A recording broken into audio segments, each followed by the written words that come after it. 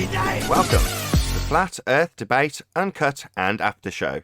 I'm your host Nathan Oakley, and if you are new to this channel or you've not done so already, then be sure to subscribe, hit the bell notification icon and join button if you'd like to become a Nathan Oakley 1980 channel member and keep up to date with the Flat Earth Debate. If you would like to support the channel, there is a super chat that runs alongside each of these shows while they premiere, and there's also a PayPal, Patreon and crypto link in the info box below the video. Speaking of Patreon, I'm going to do a quick shout out to all of you who do support me on Patreon. So a massive shout out of thanks and appreciation to Melby Styles, Troy Shuka, Bose Nail, Joseph Pizarro, Samson, Maris, Mobile Max 777, Neo the One, Rob W, Open Minded, Reese Pound, Del West Watson, Mike, Muted, Dick Earth Skeptic, NA Literalist, Maria Neelands, Unbelievable Productions, Blue Ridge Ranger, Rob H, The Real Gabster, Windrider, Liam Nedrick, Abraham Mohammed, Nybri, Adrian Quintana, Skeptic936, Life is Short, Fireball X, TheFlatEarthChannel.com, Texas Mike, Edwin Johnson, Kirsten Smith, and David Wayne Foster. So another massive thank you to all of you for supporting me on Patreon. Also below this video there is a link to get £50 back for swapping your UK electricity supplier to Octopus Energy. With that, I'm going to hand over to whoever is in Discord and Google so you can enjoy their conversation while I set up for today's live show.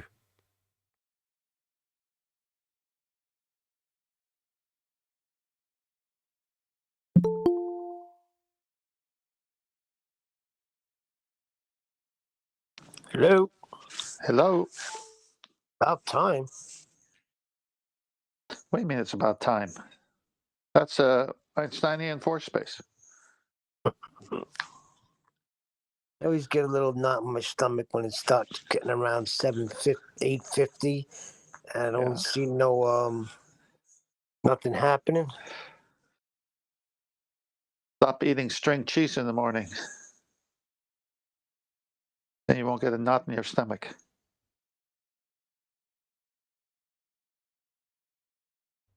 Hello. Good morning. Hello to everyone in Discord. Yeah, sorry about trying to get in the last word yesterday on the show. I took the baton from you. Rumpus was attempting to get you rather than me, and you took the bait. Well, that's fine. You know, he's directly trying to address you, and obviously you're gonna.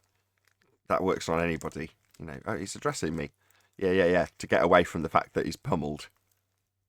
It was beautiful. I wasn't taking the bait. It may have seemed that way. I just had a wonderful recording, or actually a few, but I just wanted to play one of them because when he got to that point where he's talking about parallel lines, and he admitted at the end that the sun, when it comes to Earth, is not parallel.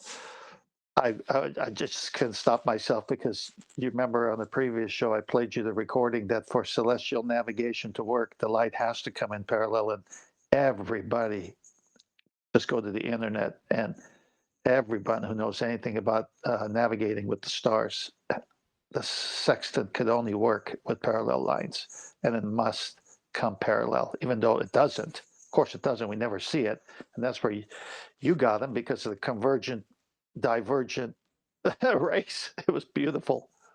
I was just going to give you an ending, a real cool ending to shut his mouth. Yeah, you got to hear it. He played it yesterday when you closed the show.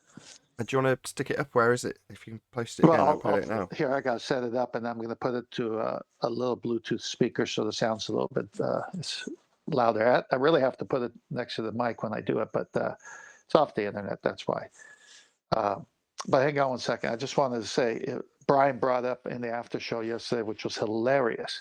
I just laughed the whole day. He comes on the show and he says, 10th man, you're a moron, utter moron. And then at the end, 10th, save me, 10th. I didn't think about that. That's a good point. When Brian said that, I lost it. It was classic. You got to figure out how to use that somehow. Yeah, there was a lot to be taken out of that show, 1350. All right, let me see if I get the recording.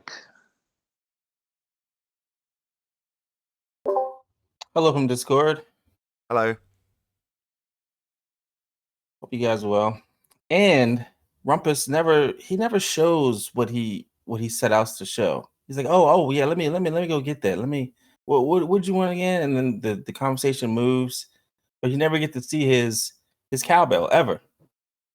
Just want to point that out.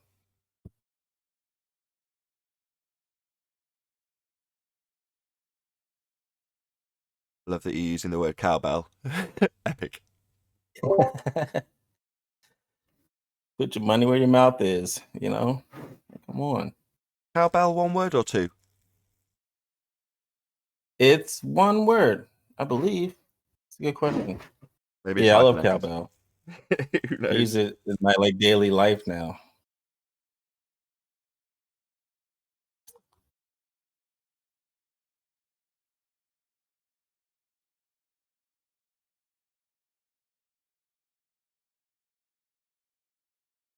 But I start using cabbage too.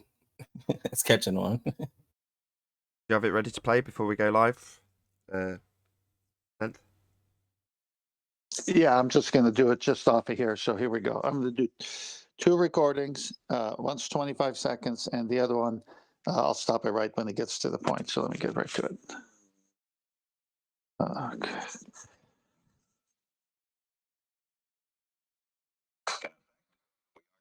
A new reference system with your position at the center.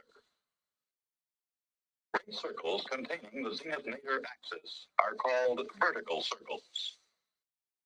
Now we must determine where the celestial body is on the vertical circle. To do this, you must recognize that the distances of space are so great that light from a celestial body arrives at the Earth in a narrow band of rays that can be considered parallel. Come on. The angle between the horizon and the line from the center of the Earth to the observer's zenith is always 90 degrees. Since light from a star at an infinite distance always strikes the Earth with parallel rays, its altitude or angle with respect to the observer is always the same, whether he is above the Earth, on its surface, or theoretically at its center. That's it. But there's so many of these. Cool. Hi, Paula. Hi there. Hey, Paula. Talk amongst Hey, yourselves. what's I've up? got a couple of buttons to press because I started a little bit late, so hopefully you'll chat amongst yourselves just before we go live. We're a couple of minutes tops. Good. Got your apples and oranges yesterday. I couldn't resist. I mean, you just can't pass that up. It was perfect. No ring or rind to it. You just had to do it. Yep.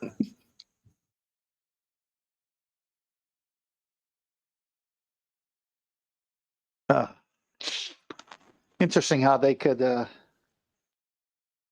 have both sides of the argument in the same sentence and not be so cognitive dissonant. Say 2 things at the same time and feel like they're winning. That's pretty common, actually, on a bunch of topics. Yes, it is. Hi, Paula. Hey, how's it going? I want to ask you a question. I don't know if we have time, but why is it that the church is not pushing the flat Earth or even looking at it? My God, you had to ask that 2 minutes before we start live. Are you kidding? Oh, yeah, I can wait till later whenever it's convenient. Or you can private message me or something. Oh, no, by all means, Paula. You've got 90 seconds. Go. 90 seconds. Because I don't want to. How's that? Yeah, it's not really something you can sum up in 90 seconds, is it now? Not really. No. Well, maybe it'll come up during the show. Yeah, I'd hope somehow so. that's Now the you brought it likelihood up. goes up when I happen to be here. I definitely think it's a Hello. worthy subject. That's why my exasperation, Neil, because it's like, yeah, that'd be a wicked topic. Wonderful. But I'm just literally about to press all the buttons to go live. So it's like, oh, God. I hope that doesn't die. Hope it does come up on the show. Hey, Arwen. Hello. Hello, Armin. I just Good to have you. finished talking to ballers for over an hour about how physical gyroscopes prove the Earth is stationary. Epic. I had to do it for an hour. Is your head spinning? Nope, my head is not a gyroscope. No, but I did come to the ironic conclusion once again that ballers actually hate spinning balls.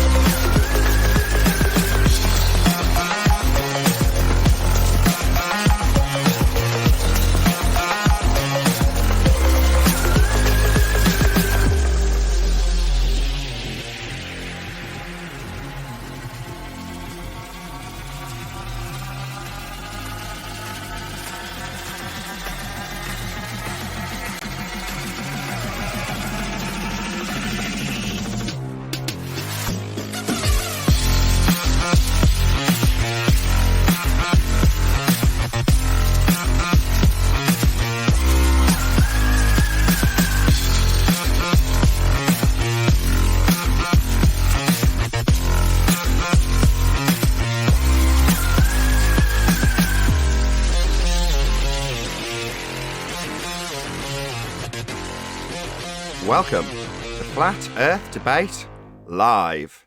I'm your host, Nathan Oakley, and if you are new to this channel, or you've not done so already, how dare you, then be sure to subscribe, hit the bell notification icon, and join button if you'd like to become a Nathan Oakley 1980 channel member and keep up to date with the Flat Earth Debate. If you would like to support the channel, there is a super chat that runs alongside each of these shows while they are live. There's also a PayPal, Patreon, and crypto link in the info box below the video. Also below this video there is a link to get £50 back for swapping your UK electricity supplier to Octopus Energy. Most importantly, if you'd like to join the discussion, simply mute the page you are currently watching, then click the link in the info box below this video to join the panel and express your views on the nature of Earth. If you do join, please don't swear. If you do, you'll be ejected, and if you are, please don't try to rejoin the stream using sock accounts. You'll be warmly welcome back on the next stream. Please also share the show on social media.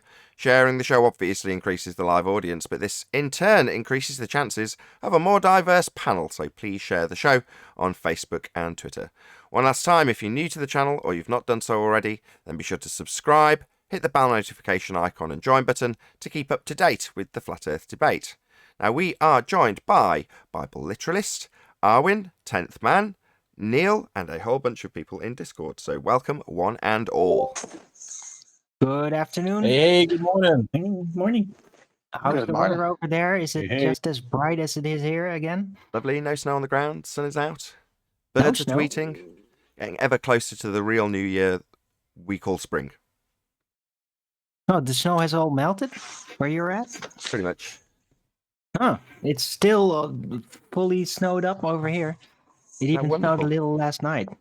Again. The way you want to start a live show like this, tickle the Yeah. grounds with a bit of frivolity and weather talk. Very British of you, Arwin. Hey, if you're gonna talk every day, then why not talk about the weather every day? Why not? Why not? And why not wait till the live stream just begins? Because it's the most appropriate moment. I'm being serious, Well, actually. Small talk is yeah. good. It's actually the only time we're going to prove any kind of drift with the snow. Boom, boom. Drift. Very good. We Speaking could of ask drift, why It's it's fall. solid. It would be susceptible to momentum, so it would definitely drift with the spin of the Earth at all times. excellent.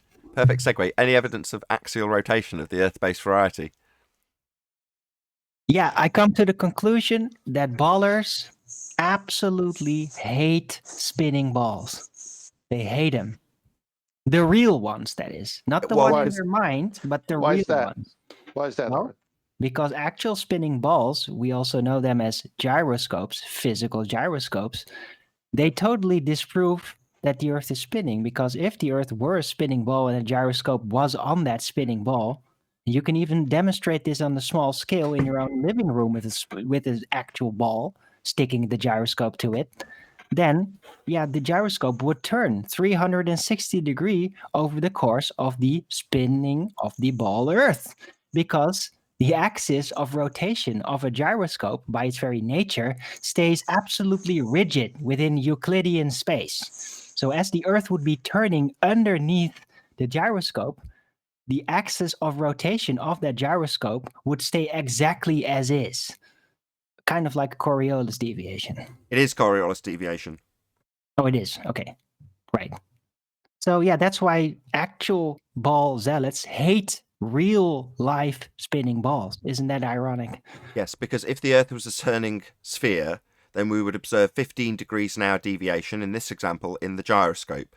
So as the Earth turned underneath, the fixed frame of the gyroscope, which will not deviate in the inertial reference frame, would appear to drift at 15 degrees an hour because it's claimed the ground it's attached to is drifting beneath it. So the gyro spins in a fixed reference frame and does not move. But if the cage moves, then you'd see it appear to drift. Absolutely correct, Darwin. However, we do not see this effect. And it's also claimed, this is the most interesting part, this is where the exciting bit begins for us flat earthers. It's claimed that a flat earther, Bob Nodell, although it's not even his gyroscope, has observed 15 degrees an hour in a gyroscopic motion. So it's claimed by the Globers that that gyroscopic motion proves the Earth turned under the gyroscope. We're observing Coriolis deviation at 15 degrees an hour. Thanks, Bob, for showing that we've got 15 degrees an hour is what they cry. So therefore they're claiming we have got Coriolis effect. Therefore, as declared by Neil deGrasse Tyson to back this claim that is supposedly proved by Bob Nodell, we would have things like balls leaving Earth's turning reference frame and seeming to drift through goalposts. Or snipers having to worry about their ammunition leaving the barrel of their gun and then Earth turning beneath the bullet. Now that would be Coriolis deviation. You observing things seem to drift because it's claimed Earth turns underneath gyroscopes, right? Well, that would mean that they also have Earth turning underneath hot air balloons, gyroscopes, all of them, not just fibre optic, helicopters, aeroplanes, anything that leaves their claim to be turning Earth. And we do not observe that effect. Not only do we not observe it in mechanical gyros, claimed to be proven to happen in optical gyros, we don't observe it in anything that leaves the claim to be spinning reference frame. In other words, nothing's actually drifting. If it was, you'd launch a drone and Earth would turn underneath it at 1,000 miles an hour on the equator. In other words, your drone would drift away from you at 1,000 miles an hour. Moreover, a flight travelling west would have its flight time reduced.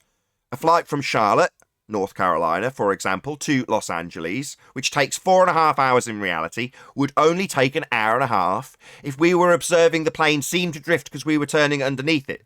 Because that would mean we were turning underneath it, as is claimed to be the case. But we don't have an hour and a half flight time from Charlotte to LA. It's 4.5 hours because the Earth isn't turning underneath anything. Yeah, in chat yesterday when you re-upped your show, I got into it with a few people over that. First, they say that the Earth and the atmosphere is moving together. Then they focus on the projectile-powered flight. They're all convoluted. They don't know what they're talking about. From partial drift to selective drift to no drift at all ever claimed. Yeah. Pure cognitive dissonance is now the summary for what was Coriolis convolution. We have globiolus, a non-Coriolis effect that's claimed by the globe side, which details what happens to the projectile, when in reality the projectile's not having an effect that it's actually experiencing being detailed in Coriolis. It's you turning underneath things and them seeming to drift. That means that their path is unaffected by the observation of Coriolis, which is you turning underneath. So because that effect doesn't happen on Earth, they make the example about the projectile and what it's doing and what it's accounting for and how it's not experiencing drift, when in reality they claim we have it and we don't. There is no drift. Nothing's turning underneath anything at 15 degrees an hour. Earth is not spinning. Shout out to Dank for joining as a channel member. So when they say that Bob Nodell proved that the Earth is spinning with the gyro, then they're arguing against drift, right? No, they're claiming that there is drift when they say Bob Nodell proved 15 degrees an hour drift. Thanks, Bob. 15 degrees an hour is what they say, which is an abbreviated version of what they're actually claiming. 15 degrees an hour Coriolis effect. That would be not actual deflection observed as you turn underneath. That's what they claim Earth has. Earth turning underneath things to make them seem like they drift. Well, by convoluting it into the projectile, They can distract from the fact and justify why we don't have that effect. Wow, loads of people have just joined as a channel member. Shout out to David Reed, who's joined as a channel member. Shout out to Pete Harland, who's joined as a channel member. The one day I put the public chant up. Get loads of channel members. That's normally not the case, but there we go. Thank you very much, all of you, for joining as channel members. Any more on drift that we don't see? I have When a they question, say- by the way. Sorry. I have a little question about supposed Bob proving the Earth spinning with his ring laser gyro. When they did that gyro thing, did they take all the gyroscopes? Like, did they have like 3 different types of gyroscope right next to one another, and then did all the tests with that all simultaneously, and then That's it an turned out interesting- the ring laser gyro turned, An but interesting question. not the Well, other ones? You can compare Well- various people who've done it with mechanical gyros, not side by side. I don't think they did it simultaneously with other people's different methods of gyro. They just It used would be extremely Hold on, Arwin, interesting I'm answering. to They just used a fog, a fibre optic gyroscope. That's all they used as far as I'm aware. However, you're missing the point, because if their claim that Bob proved Earth turns underneath the fixed frame of the gyro at 15 degrees an hour, then Earth turns underneath an inertial reference frame at 15 degrees an hour, so Earth's turning underneath then. So we'd have drift in everything that leaves that reference frame, like bullets and balls, as is claimed by the globe. So you just use their claim that Bob proved we have drift against them. Okay, so you're affirming we have things drifting then. Earth turning underneath is what causes that in Coriolis effect, and they absolutely claim Coriolis effect. It's merely an affirmation of what they claim. But it's just useful because they usually deny that it happens when we say, well, that would shorten flight times. Or that would mean a drone drifts away from you 1,000 miles an hour as you turn underneath it. It's not actually drifting, it's just you turning away from it on a turning Earth, according to your claim. Well, no, let's get into the wrangle-dangle of what the projectile does for half an hour, when Coriolis is observed only as you turn underneath stuff. So when This is- Earth and atmosphere move together, then they're arguing against drift, correct? Yes.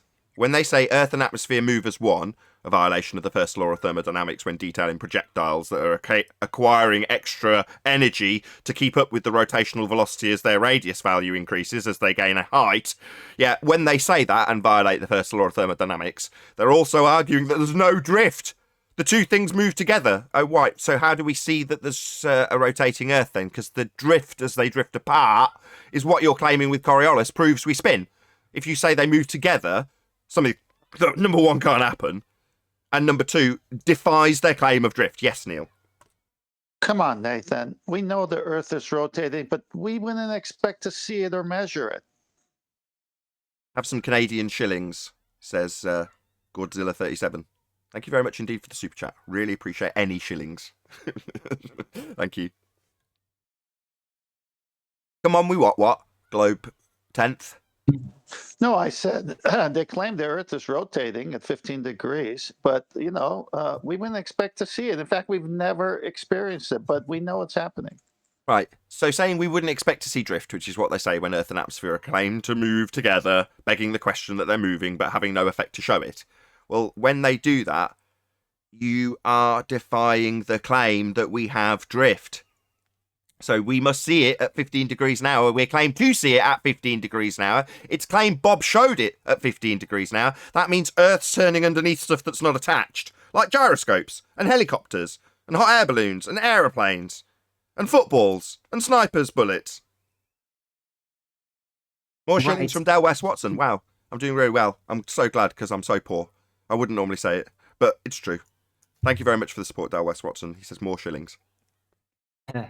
So to get back to the original offset of my point, why I asked why didn't they put all the different types of gyroscopes in one room and in one shot take a view of it? Because if they had done that, well, then maybe the ring laser gyroscope having this drift might be just an indication that there is an anomaly other than Earth turning, presumed to be, that is happening to that device. That, yeah, just to point it out, because That's if it interesting, were other turning than- because the Earth were spinning, then the other two gyroscopes would have to do the same thing in the exact same way. Why would it? And You're asking to me have to it all in one explain. shot would be You're asking me very to explain a different. non-naturally Arwen, do occurring you- phenomena. This isn't a natural phenomena, right?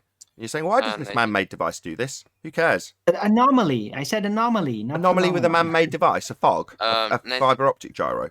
So what? Hey, Arvin, if you put them all in the room and they want to see spinning, they're going to need more than one shot. Nathan, hello. Can you hear me? Hello. Yes, we hear you. I want to know why exactly you're saying natural observed phenomena. I agree that you can use it, but you can also use a problem. I have 4 different sources and many more which say so. Sorry, what is the naturally occurring We phenomena go. that we're studying? Mental gymnastics. For example, here, one of my sources is from the University in Munich.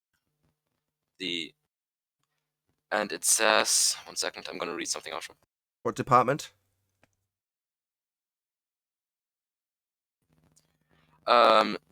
Geophysics, Munich. Geophysics. The scientific method. Geophysics. But what about the stuff that QE had Yeah, you read? it's that don't about count the no more? scientific method. Okay. And? Let me quote. Let's need a phenomena. Here. This isn't about the scientific method. Observe an event. Okay, let's do that. The first Stop. step in the No worries. scientific method Perfect. is It was one of the perfect. scientific Perfect. method. Perfect. Observe an event. What event are we observing? Drift is the Then, claim. So where do we observe the event? we of can drift? observe events also in math. We can observe it everywhere. Hello. Hello. Hello. Observe an Yeah. event. Right? So where do we observe? course. That means use our eyes. The event of drift. Where do we observe that? Please? We can also use problems. Sorry, step Like, one my in your point is Munich not method. what we observe, Sorry, but step one. my point. Step one was observe an event, and you don't seem to be telling me where we observed drift. This is where we got to last time. We just got there a lot Nathan, quicker because with you can't citing that we need understand to what's observe an meant with event. Now observe. you're continually interrupting me for some reason. Are you scared of your own Okay. citation being read back to you? Your step one was observe an event. No. Now, I know what, you don't need to continually interrupt me. We've dealt with you before, and now we're doing it again. So we got to this stage last time, just much quicker this time because you've cited somebody that says the method starts by observing an event. So that's what we're going to do, because that's where we got to last time. Just going to cut out all the mumbo jumbo and interruption that you gave us and were giving us a moment ago. So where do we observe the event? Nathan. No. Please don't constantly interrupt when I just simply ask the question you obfuscated.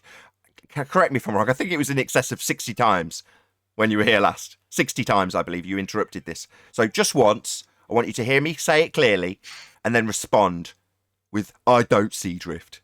So where do we observe the naturally occurring phenomena, that would be an event that we observe, of drift? Where do we Nathan, observe that?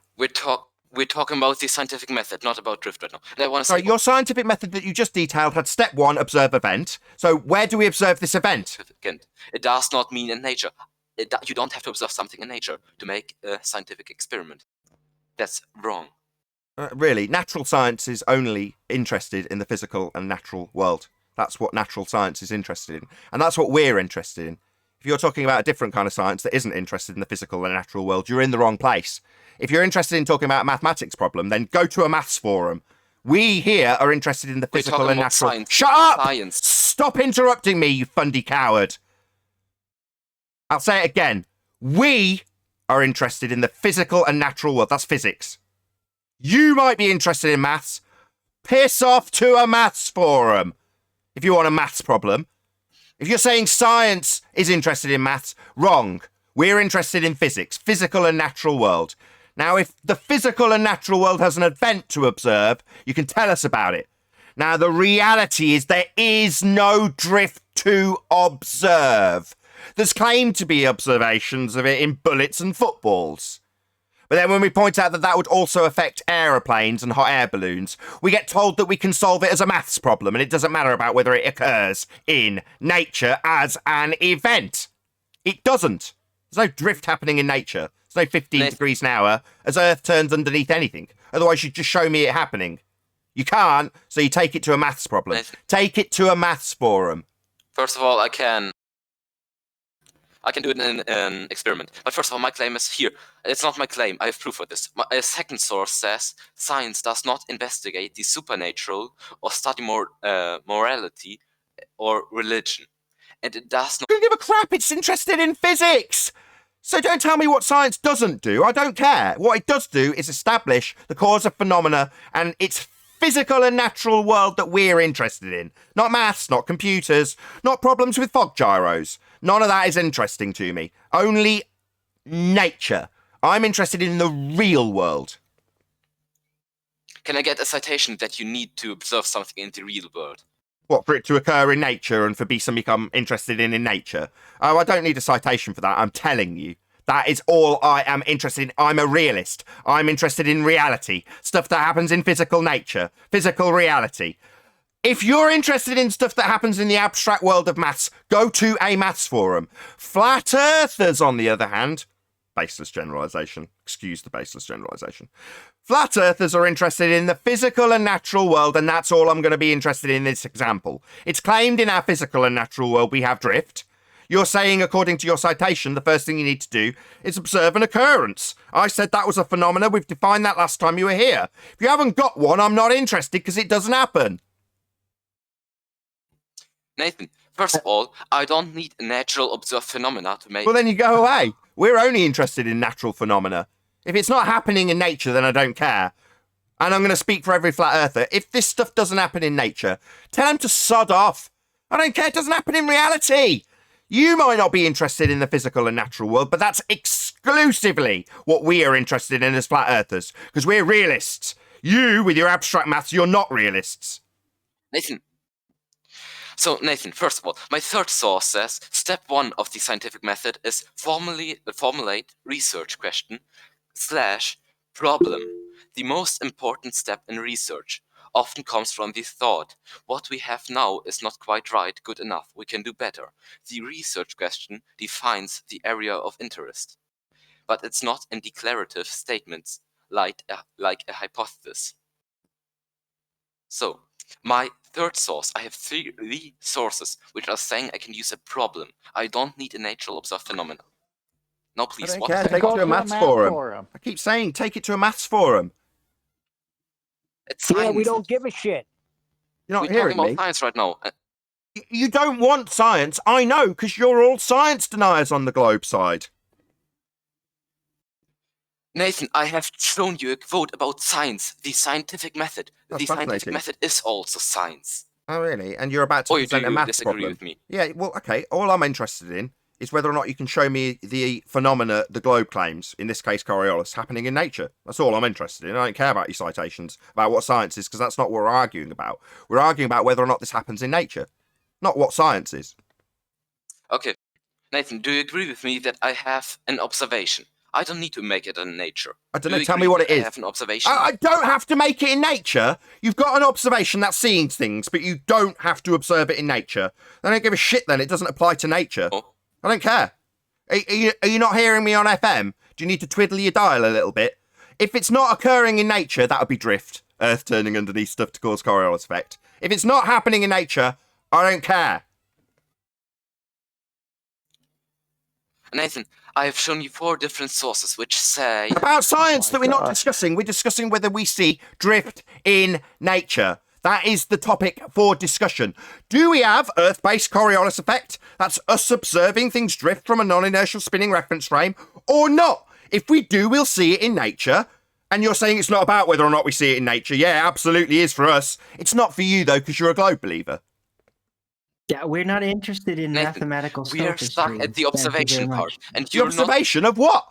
You haven't got an observation. Nothing's drifting. You haven't taken me to an observation of anything. You're going to give me a maths problem and describe it happening maybe on a sphere that you rotate. Yeah, maybe you'll demonstrate it with something that's not nature, not Earth spinning.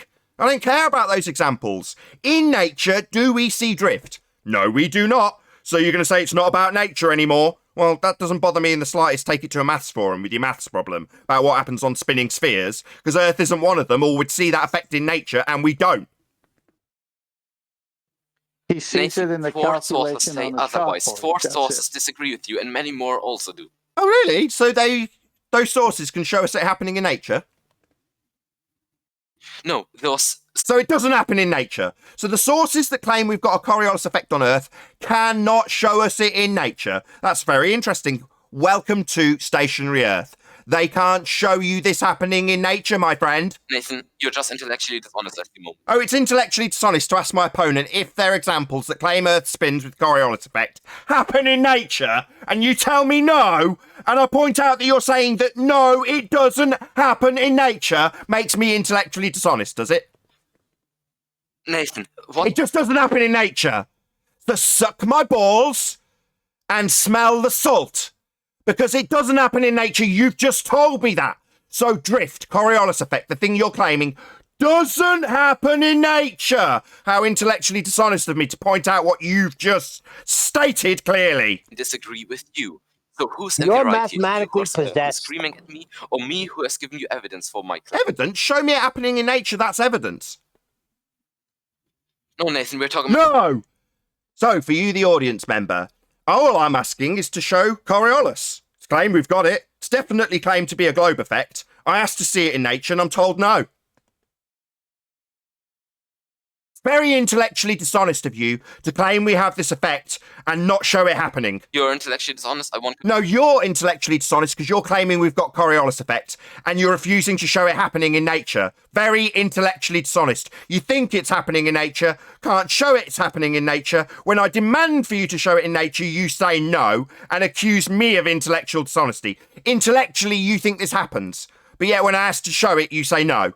That's intellectually dishonest. You're also projecting your intellectual dishonesty onto me, the righteous and ferocious flat earther, ripping you a new one by simply asking you to show us it happening. And you say no! Nathan, a quick summary on what just happened. You got teabagged. You got a flat earther's balls in your face, metaphorically, like in a video game when they shoot someone in the face, and then jump up and down on their dead corpse. That's what I just did to you, by simply asking you to show me Coriolis effect in nature, actually happening in reality, and your answer to me was no. That's a concise summary of what just happened. You got teabagged, I annihilated the claim that globe turns, and it's proven with Coriolis, because all I have to do is ask a fundy zealot like yourself to show me it bloody happening, and you tell me no! Not a single thing. So have fun in your intellectual dishonest echo chamber. Oh, what? Intellectually dishonest to ask you to show me drift and you say no? How is that intellectually dishonest? You're projecting your own intellectual dishonesty as you claim we have drift on Earth. And when I say show me drift on Earth, you say I don't have to show it in nature. That's showing it happen on Earth. And then when I point that out and ask you to show it, you say no. I'm not going to show it. I can't show it. I don't need to show it. And then just claim dishonesty on my part. What an outrage. Enjoy the aftertaste, you fundy zealot.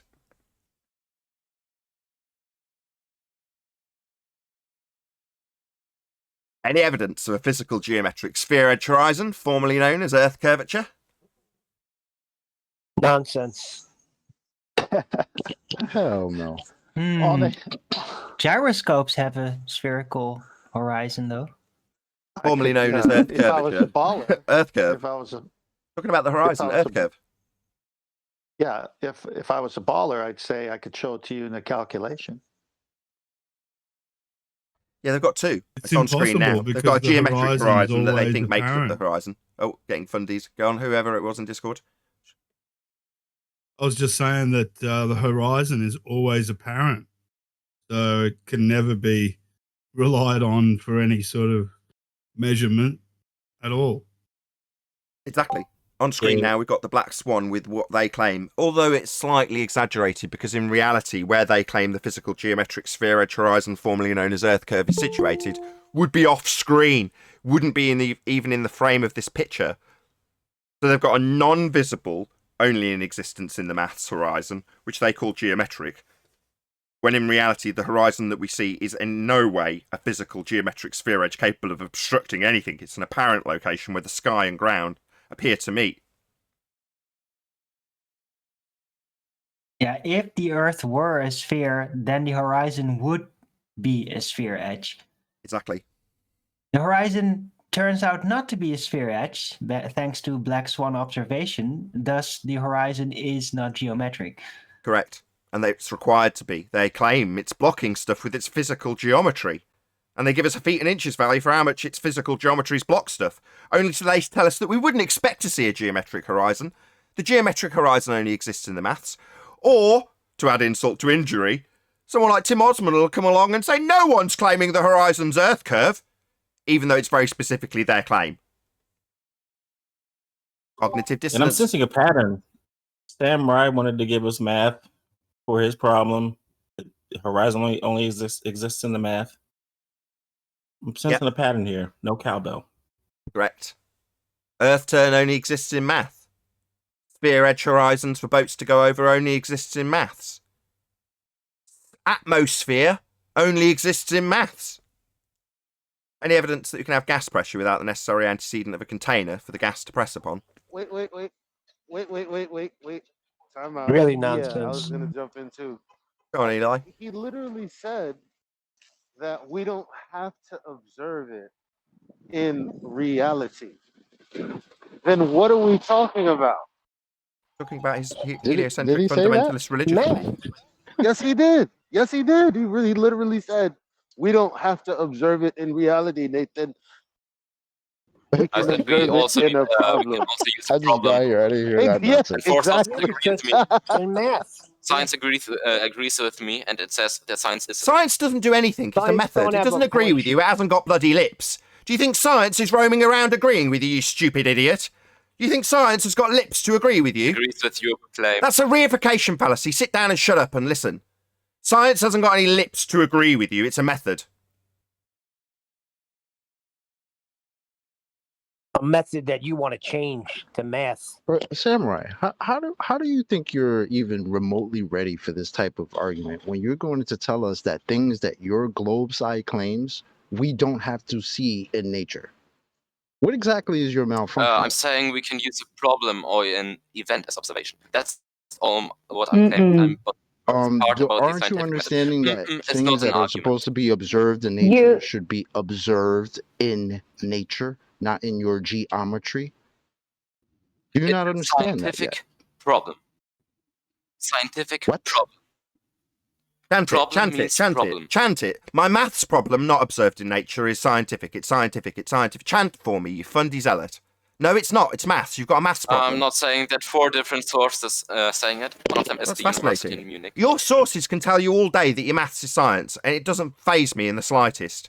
Me, on the other hand, as a realist experiencing nature and wanting to know more about the world we observe, is only interested in the world we observe, and when asked if we observe it in nature, that would be drift, Coriolis effect, as we turn underneath things, as is claimed. You say, no, we don't need to observe that in nature. I can merely address a problem.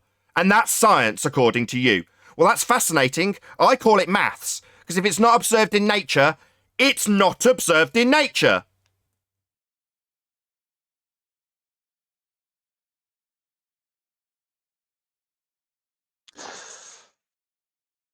What does he think? What does he think about the sources that QE read, and it was more than 4? That's what about I those asked him. sources? That's what I said. He just threw those out. Nature's Those what don't we're count. interested in, isn't it? You know, I'm 38 years old, and I was really Yeah. confused when I came into this, that there was actually no proof of physical measurements or any of this stuff that they're claiming rotation. And I looked into it, and I was absolutely baffled. And you're going to sit here and say, "Ooh, science is about math, right? You can find it in calculations, equations, and BS." I'm talking about reality, like all these people are.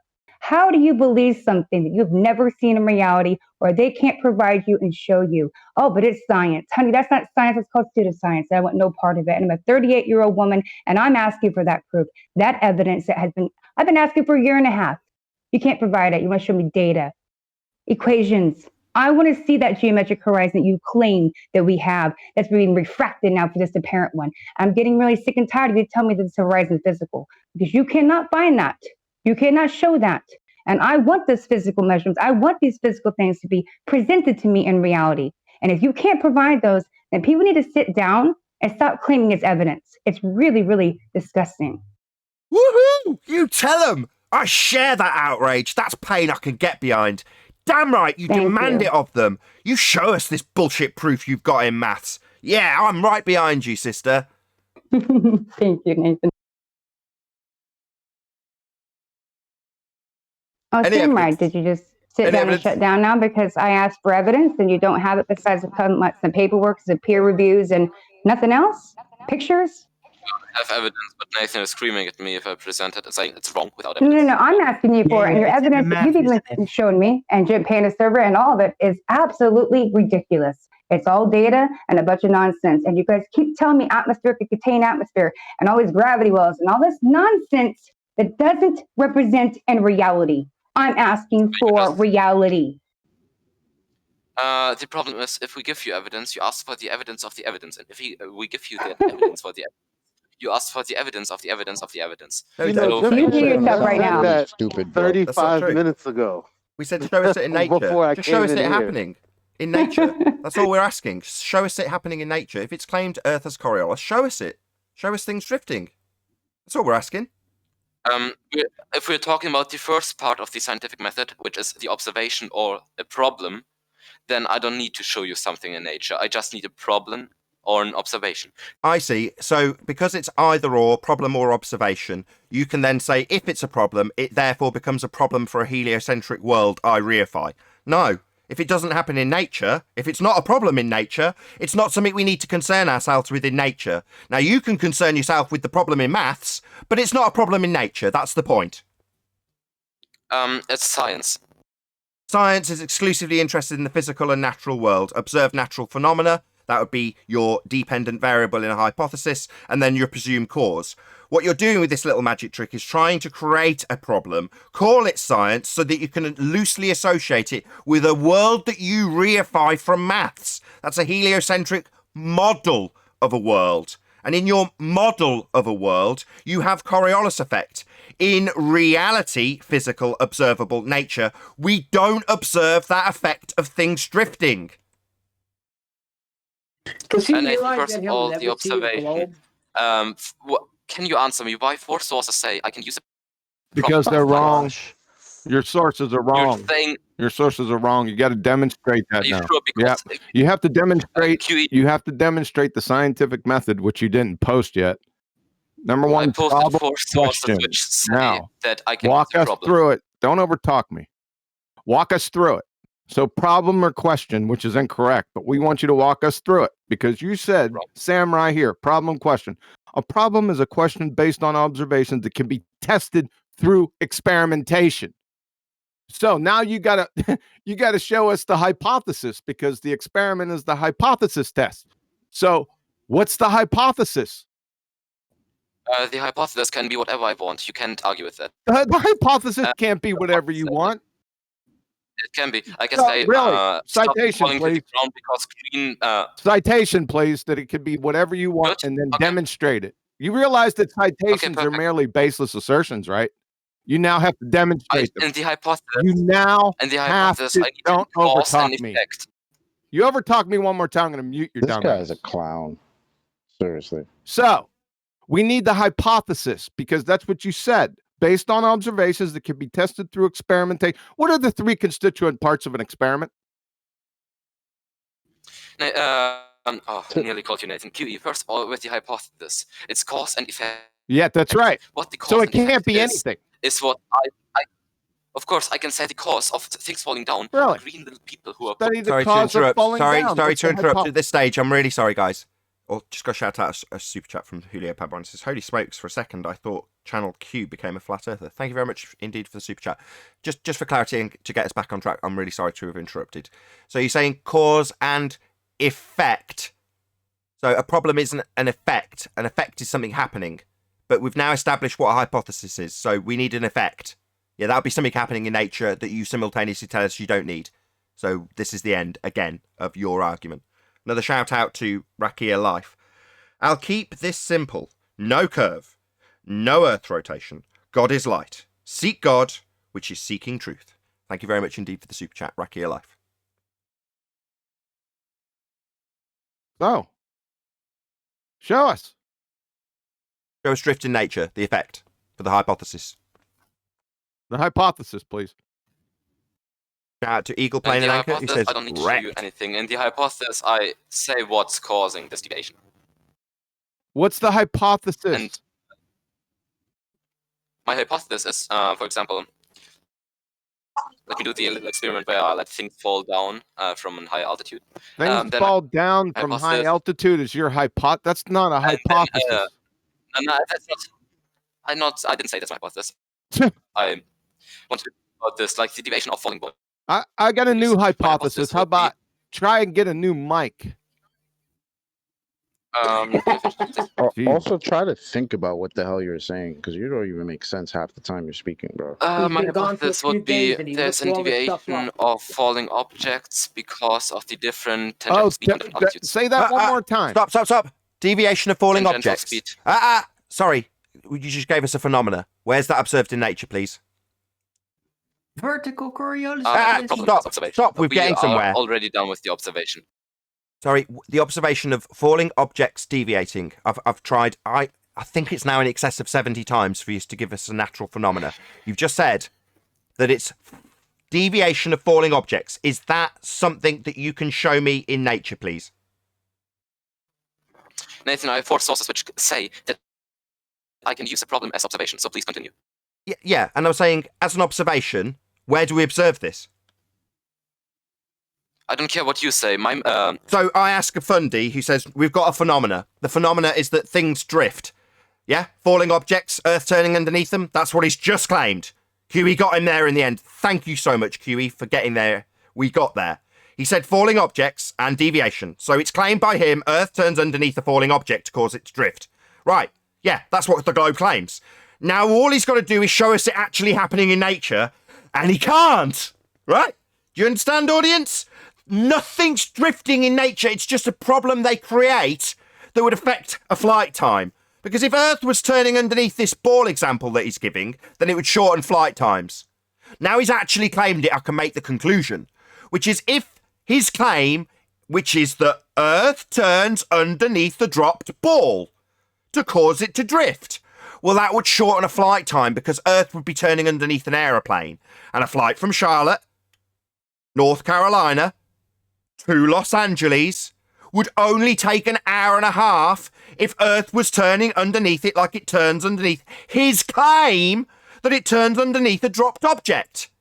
Reality doesn't turn underneath a plane, and he'll never direct me to anything drifting when dropped in nature. It's just a problem they've created because it's a problem for the globe Earth. Why? Because we don't see it happening. Nothing's drifting at 15 degrees an hour, as it absolutely must on a globe Earth that turns.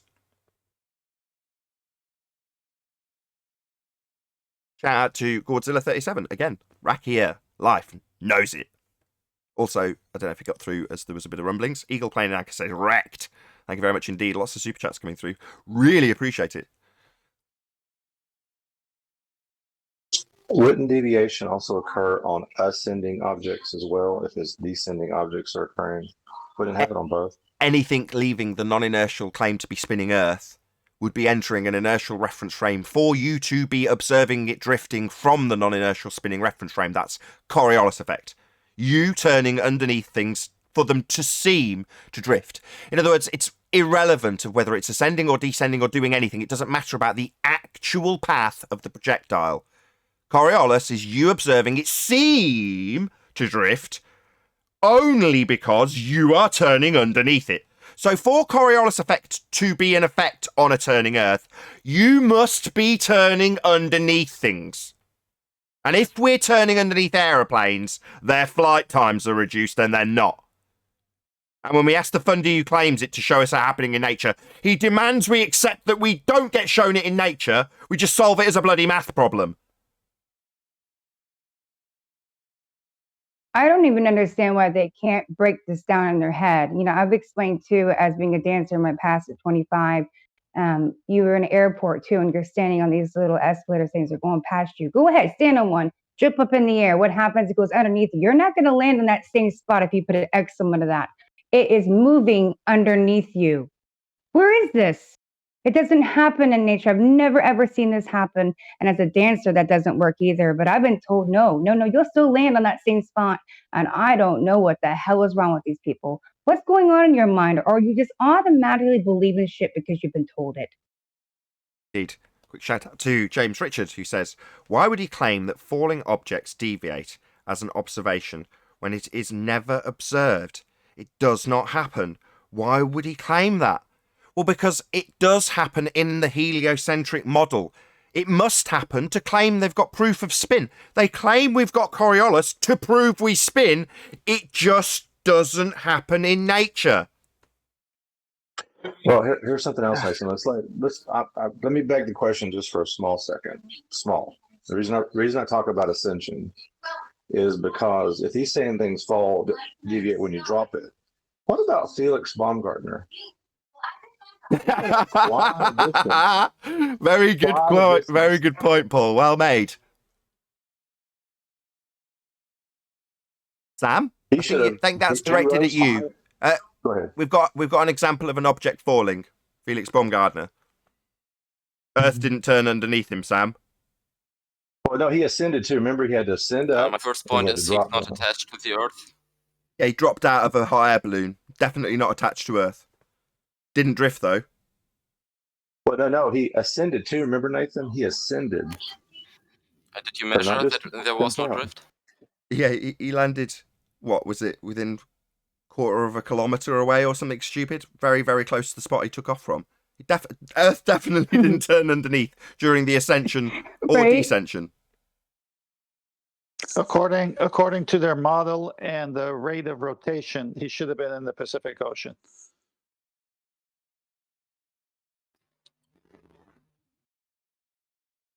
Nah, he went with the lockstep hold on. explanation. Yeah, that was part First of all, you're misunderstanding what this, how big this deviation is. This deviation is not 50 degrees. There was none. He didn't deviate at all. That's all. He didn't deviate. So we're misunderstanding the quantity of how much deviation he didn't experience when you're claiming he should experience it. He's a falling object.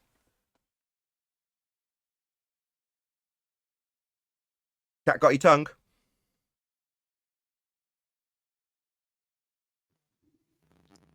Nathan, you know exactly. Say my name. You've shown me your cognitive. Say it. Say my name. He's not drifting. That's right. Not that he's a natural phenomena either, but he definitely didn't drift. No? If he did drift, it would mean Earth was turning underneath him, and it would shorten flight times. So, in case you were unaware, you're screwed either way. If Earth turns underneath Felix Baumgartner, then it turns underneath an aeroplane, which is in the sky for a significantly longer period. Has to ascend and descend. In case you want to violate the first law of thermodynamics to get around this, you won't. Nevertheless, Earth didn't turn underneath him. So Earth didn't turn underneath him. It's not an example that you can give as Earth turning underneath him because it didn't. So he's a dropped object, like you exampled. And likewise, you're going to tell me that you don't need to example this in nature. Yeah, because it doesn't happen. Earth's not turning underneath anything. He was in free fall for over 4 minutes too. Yeah, Earth didn't turn underneath anything. It never will. We'd notice with short flight times. How long did it take? How long did it take for those balls to drop? That he was dropping? How long? Oh, it'd be seconds. Seconds, Paul. For them to get a quarter of an inch deflection, yeah, seconds. Of course, that's not a natural phenomena. And if Earth was turning underneath a dropped ball, as is claimed by this dude, then Earth would be turning underneath things that aren't in the non-inertial reference frame. That's why we would observe them seem to drift from the inertial. First of all, not a quarter of an inch. Sorry? Felix Baumgartner didn't drift it was because... 1/24 of an inch in a few seconds. Sorry, Felix Baumgartner didn't drift because... Did you measure that there was no drift? Do you have He any didn't scientific evidence drift. for that? He didn't end up in the ocean. He didn't end up in the ocean. He landed pretty much where he took off from. Sorry, Cat got your tongue again. Did you think the subject had changed? Went long pause for the second time. So he didn't drift because Earth didn't turn underneath him because still not a natural phenomenon you can show us because I'll tell you, Cat got your tongue, because Earth isn't turning. Or we'd notice there'd be drift. The drift you're claiming but saying you don't need to show us? Yeah, it's not happening in nature. Nothing's drifting. That's why. Maybe tell us it's a problem you can solve in maths and then apply to Earth after you've solved the problem in maths and blamed it on Earth turn, even though we don't observe that effect. Okay, Nathan, let's say he fell down 10,000 meters. Wait, how many kilometers are that? Can you get me a quick Is he a robot? Yeah, it's got the world's worst microphone. World's worst arguments. Yeah, your 1990s AOL connection's just not cutting it. Nathan, my question was, I'm like, trying you to fell down figure 10,000 out meters. how he How many thinks it's kilometers cool would that you fall down? his Oh, global sorry. claims that we're My bad. supposed to see What this he's trying to stuff. do, Chocolate, he's trying to ask me, right, how much drift I should expect to see. Sorry, dude. Do you not realise that that's your claim? Did you think that I should prove your claim for you? Are you asking me, oh my God, No. Simon Dan and the Coriolis virus have spread again? Do you think they're my reference frames and I need to tell you how much drift there should be? They're not. They're yours. Tell me my reference frames are ruined. Go on. Show the audience that you are as dumb as Simon Dan by now debunking the required frames of reference for Coriolis claims on a globe Earth. Tell me my reference frames are ruined like Simon Dan, as you've just asked me to prove your claim. How much drift would I expect? None. Earth's not turning. Please do it. Go on, tell me my reference frames are ruined. Tell me you wouldn't expect to see drift. Go on, do it. Chant at me like Simon Dan the moron. Shout out to Retro Bill. If Coriolis is about conservation of momentum, it isn't. Then is conservation of momentum about Coriolis? No, it isn't. They're different things. One's conservation of momentum. The other is Coriolis effect.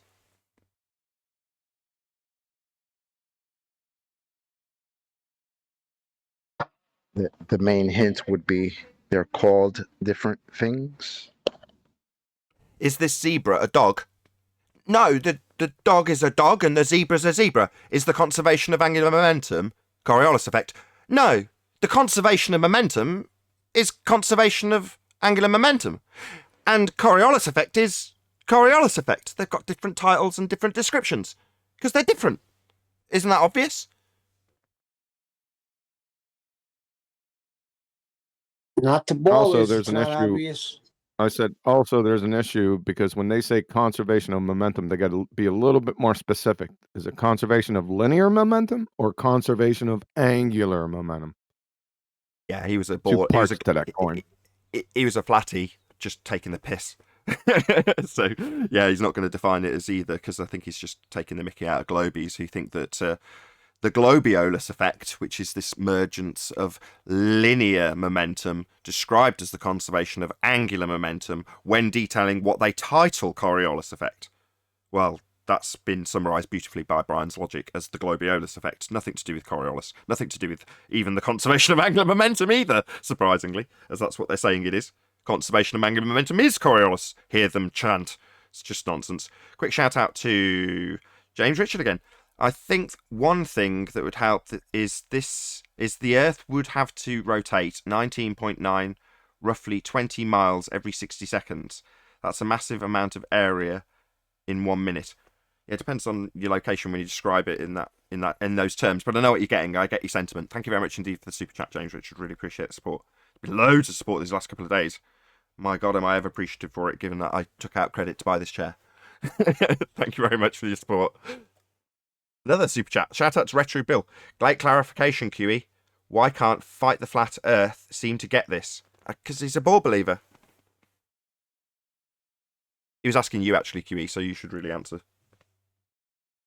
Why doesn't Flat Earth get something?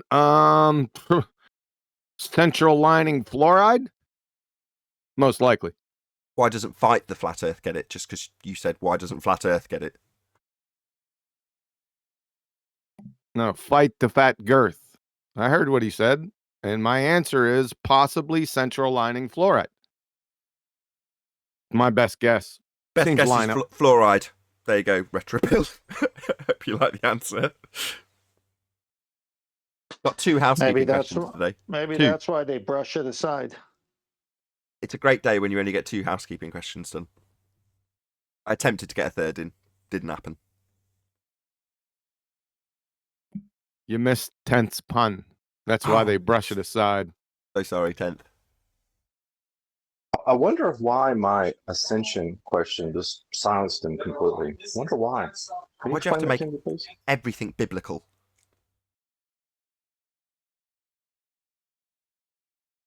That was a joke. Oh, okay. Speaking of the Because Bible, it's is too Paula biblical. going I to got answer you. my question?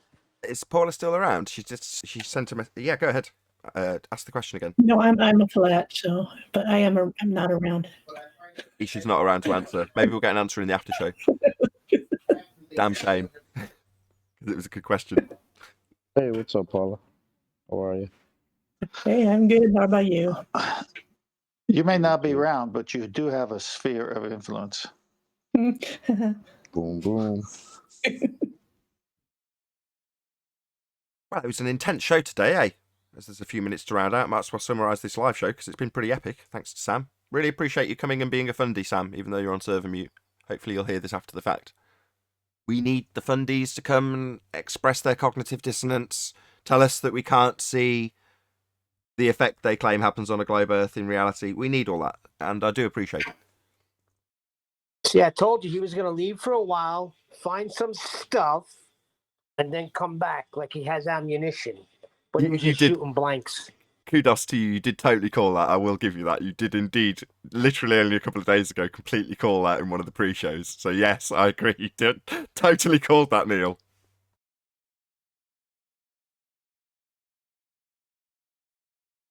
That's 2 or 3 days have been epic. I mean, I should be giving Rumpus thanks, really. Nathan, you missed my previous super chat. No harm. Oh, my bad. Did I? Oh, I did. Did I? Why would he claim that falling objects deviate as an observation when it's never observed? It does not happen. Why would he claim that? I'm sure I didn't miss your super chat, James Richard. Maybe I did. No harm. Okay. Thank you very much for giving me $2 to tell me that I've missed a super chat. That I thought I read all of them. I'm really sorry if I have missed one of these super chats, or anybody else for that matter.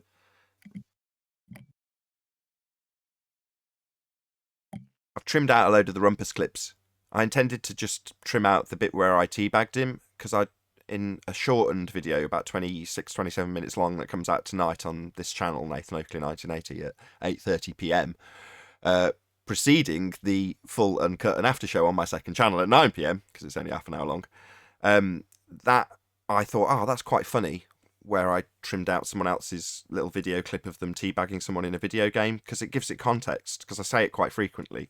It's because I watch a load of speedrunning videos, and I don't know, I've just picked up their lingo. Anyway, I trimmed that out as like a 20-second clip, thinking I'll just send that to the people in the Skype groups, because it's funny. But then after doing it, I was like, why don't I just publish it? If I find it funny and I'm just going to share it with the groups, why not stick it out as a 20-second clip for everybody to enjoy? And I got distracted because someone bought the old chair that I was sitting in prior to this one on eBay. So I got distracted by that. And by the time I come back, it had several hundred views. I was like, wow, people really like a 20-second clip that's got teabagging in the title. So check it out. Rumpus Gets Teabagged is obviously a Flatty's favourite. If it's only 20 seconds long, you can be damn sure people will give up 20 seconds of their time to see that. We got Mr. Planes is flying backwards, and we got Mr. Planes is flying backwards in the chat saying there's more than one scientific method per Percy Brigman. So it's time for you to show. He said, well, that's what he said. Well, you posted it. Now it becomes yours. Now you got to support that numpty dipshit, right? So get in VC in the after show, Mr. Planes is flying backwards daily T, and just show us one extra scientific method, then walk us through a practical demonstration. Okay? Clown, get in there. With that, I'll say a huge, massive, enormous thank you to both Discord and G+ panels for making today's live show possible. If you are watching this on either Nathan Oakley 1980 or Nathan Oakley premiering streams, however, stay tuned as there will be an after show to follow. As I say, if you are watching this live, this is where we bid you farewell. A huge, massive, enormous thank you to all of you. Smash the super chat, joined as a Nathan Oakley 1980 channel member, liked, commented, shared, subscribed, and all that good stuff. Also, linked below this video, there is a link to get £50 back for swapping your UK electricity supplier to Octopus Energy. Once again, stay tuned if you're watching on either premiering stream. I've been Nathan Oakley, and I'll see you all in the next video.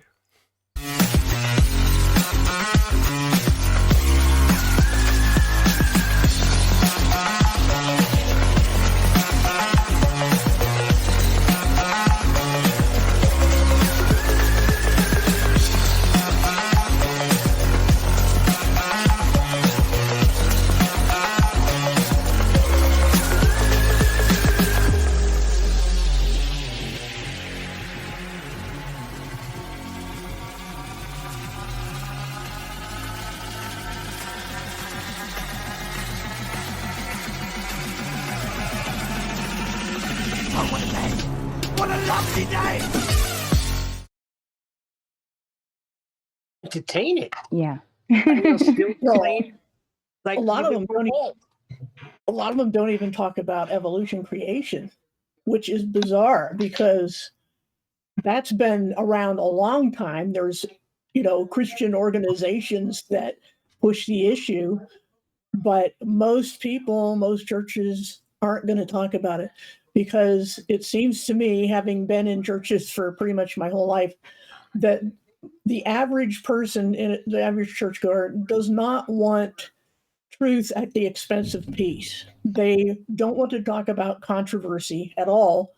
They just want to sing the songs, and it's commendable to worship God, and it's commendable to help people and feed the poor and do all those things. Those are great things to do, but that's all they want to do. They don't want to really go beyond the very, very basics because people will argue and divide. But the thing is, in history, people will divide over the color of the carpet. I mean, it's just going to happen. I think they're just afraid to look at it. Okay, well, I think now you've said that, we all need to turn to page 16 and sing hymn number 357. He's got the whole world in his hands. All together now. No, but it's important because that's the foundation. Genesis, that's the foundation. Yes, the blood of Jesus, the most important thing. I agree. But I mean, come on, creation, if you could mess with the foundation, then the whole thing falls. Well, there's a lot they won't talk about. It's like they won't talk about prophecy, and prophecy takes up a third of the Bible. And they won't talk about it because people disagree. They don't care. Yeah. They just don't care. They forget about that passage. I think that people said are that damaged. Jesus- I'm sorry, Nathan. Go ahead. Hold on, I was sorry. Yeah, they forget about the passage where Jesus himself said, "I didn't come to bring peace, but a what? What was it? Sword. Yeah. Sword. Yep. What does a sword do? Tell me what a sword does. Anybody know? It cuts. It cuts deep. It divides. Because that's what truth does. Truth divides. And you would think churches of all people would be into that, but no, they're more into feeling good. I mean, the last, I don't know, 4 weeks in our church have been basically psychology lessons and personality testing that you could get at an atheist meeting. Wow. Wow. Yeah. I've been traveling the world recently. I should say right now. I went to so many different states, Texas, all the way back to Indiana, to Michigan, all over. And there's something going on in this world right now. And I can't push it more enough to tell you from my soul. This is my soul screaming this. The people are lost. Even the Christians. I mean, the things that they're saying in the name of Jesus Christ or in the name of whatever their God is disgusting. And their mindset is off. So to say that they can't even think, oh, that's true. They can't even think correctly because they've been indoctrinated so much that they don't even know what truth is. And what truth is right in front of their face, they're literally stepping back away from it. But they're turned into something that they're not. Maybe that's very clear. They're very, very, very lost in this world and they need some help. They need someone to hug them. But right now with all this going on, you think they're going to get a hug? You think they're going to have a connection? As someone looking into their eyes and telling them, look, you've been lied to. Listen to me. But if you don't get that opportunity in the real world to have that conversation, those people are not going to understand you. And if you cannot connect and understand one another, then that information will not spread. And this is what it's all about. Stopping the information that controls the world, and that is the power. That's how they've gained this control. It's the lack of information getting out. And this is why we need to keep doing this, Too, not only Kent on here, Hovind, but everywhere. I'm sorry. I thought Kent Hovind would be on this wagon, and he just denies it and fights against it. Well, and I've said before, I think I know why that is, because like Answers in Genesis and Creation Research Institute, they all are very much against, any kind of earth-shaped deviation, because for many, many years, that was a criticism thrown, by atheists and whoever that, oh, you are anti-science because you don't believe in evolution. You must be like the flat earthers, And so they've had that drummed into their ears for decades that to be associated with flat earthers is to be anti-science, and they so want to be pro-science to prove that the Bible is scientific, that they will say that they will just put up this wall against flat earth because it was used so many times as a criticism of them scientifically. Because the church itself has been hijacked, right? You get all these tax benefits for becoming a quote-unquote church. And while I don't know the biblical passage that I'm sure I'll get given now in terms of not turning the church, in inverted commas, to the building itself, and yet that idea has been very much pushed upon us. And the building itself and what is happening in those buildings is a kind of community level thing, as opposed to what the church is described as in the Bible, to my understanding. What's the passage, just so it's patched? Well, you're thinking of when Jesus threw the merchants out of the temple. Exactly. Said you turned it into a den of thieves. Yeah. Well, more that the church isn't the building. It's not specifically right. You know, it's not. I think you're getting at the ecclesia definition of church in the Bible. But if you do an etymological study of the word church, it kind of gets the idea of a circus, not a gathering of believers. So it's kind of funny if you do an etymology search of church. Yeah, there's a couple different ways to trace that back, but yeah, ecclesia in Greek is just a gathering, and it was even used for an angry mob of pagans chanting "Great is Diana of the Ephesians" for 2 hours, and they were called an ecclesia because it was a common Greek word, but in context, as it's used for referring to believers in the risen Jesus, then in those contexts, it means a specific thing. It means those who belong to him, those who have followed him.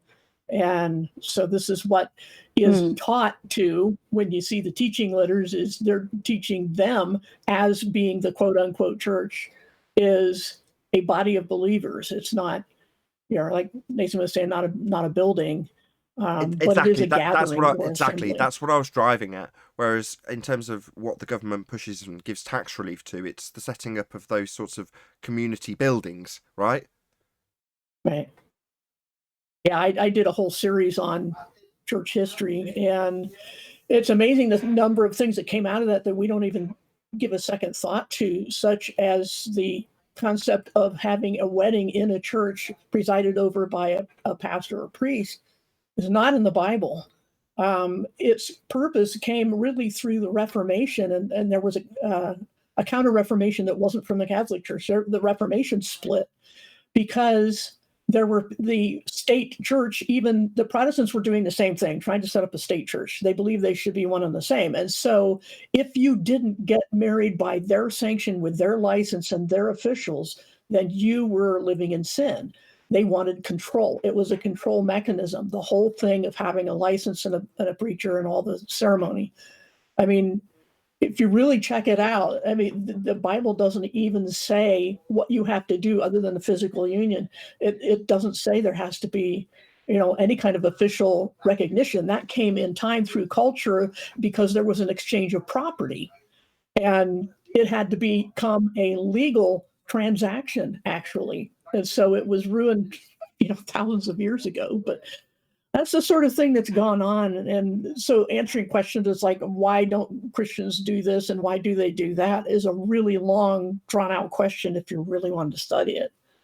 I have another question for you. Didn't Martin Luther and Calvin, didn't they fight against this whole heliocentric model that was coming out? Somewhat, yeah. I mean, they didn't make it a focus, but they complained about it here and there. For me, it's different. When I was at church growing up, I was actually it was talked about the earth being flat. This is why I believed, in quotations, believed when I was younger, at 7 or 8 even, that the earth was flat. Or somehow I believed in space because the heavens and God, and that had to be open for me, for God, to reach us all in some kind of spiritual form. But then, of course, gas pressure took that away. Thank you, Jedi, for that. And I learned what we were actually standing on. But church gave me that, right? They talked about these things, the four corners of the earth, the dome, and all that. But at the same time, it was how it was being taught. And really, church for me, I started realizing was, like you said, a gathering. People wanted to gather for comfort, But they weren't gathering for comfort like you think. It was to forgive me for my sins, for someone else to look at you and say, what you did was okay. Instead of actually looking within yourself and going internal and asking God, was what what I did was wrong? Was it right? And actually fixing that. They're not actually praying to God anymore. They're gathering to people and looking to others for some kind of answer. But then I'm sitting in pews and I'm listening to people sit there and talk crap about each other over and over. And this is not what church is supposed to be about. I remember Jesus Christ walking and building his own temple and praying to our Father. And now we're sitting here in front of everybody doing what they tell us to do, being conformed again, putting into a certain box instead of actually reaching out and literally leaning on God. Yeah. And we have to understand, too, that this sort of unwillingness to look beyond the little box was going on in the first century. And in the book of Hebrews, it says, chapter 5, it starts saying, by this time you should be teachers. But instead you have to be fed milk all over again, and go over the basics over and over and over.